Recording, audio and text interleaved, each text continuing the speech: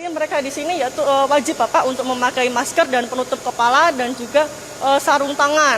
Nah ini di sini juga untuk masalah baju, kita tidak menyarankan baju dipakai dari rumah. Jadi ketika mereka datang ke sini, dipastikan untuk baju yang dipakai untuk bekerja mereka harus ganti terlebih dahulu di sini.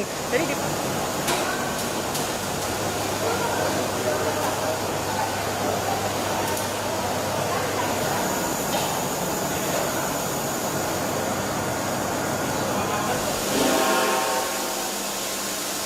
untuk porsinya itu ada sekitar 2.111 ya. Terus itu mulai dari TK itu termasuk KBRA, terus MI, SMP atau MTS, terus SMA atau MA dan SMK.